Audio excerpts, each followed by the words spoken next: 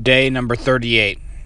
1 Kings chapter 10 verse 23 through 24. King Solomon was greater in riches and wisdom than all the other kings of the earth. The whole world sought audience with Solomon to hear the wisdom God had put in his heart. Coach George O'Leary made a smart move, and the result was an overtime win over Georgia.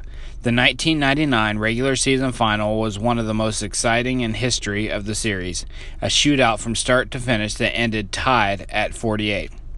Georgia had possession first in overtime, and Marvius Hester intercepted a pass to give the Jackets a chance to win with a field goal. That's when the Tech head coach made his smart move. In the radio announcing booth, the Yellow Jackets color analyst Kim King knew what he would do as Tech faced third down. You run one more play, don't do anything fancy, maybe run off tackle and get another 5 yards closer. It made sense. Another 4 or 5 yards would make the game-winning field goal that much easier. But O'Leary was thinking otherwise. He called for the field goal on third down.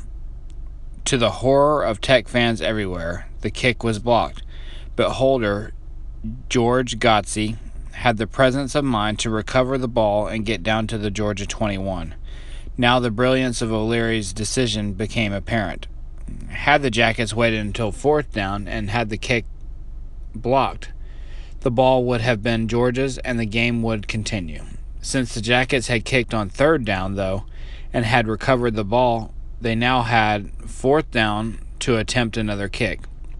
This time, Luke Mangat got the kick off, and it was good for the 51-48 Tech win. Smart move, coach.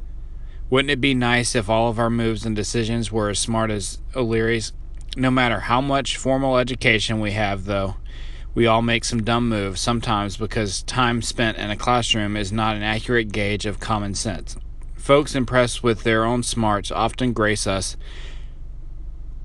with pronouncements that we intuitively recognize as flawed, unworkable, or simply wrong.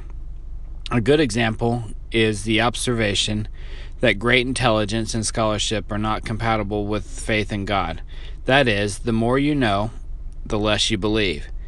But any incompatibility occurs only because we begin to trust in our own wisdom rather than the wisdom of God. We forget, as Solomon did, that God is the ultimate source of our knowledge and wisdom, and that even our ability to learn is a gift from God.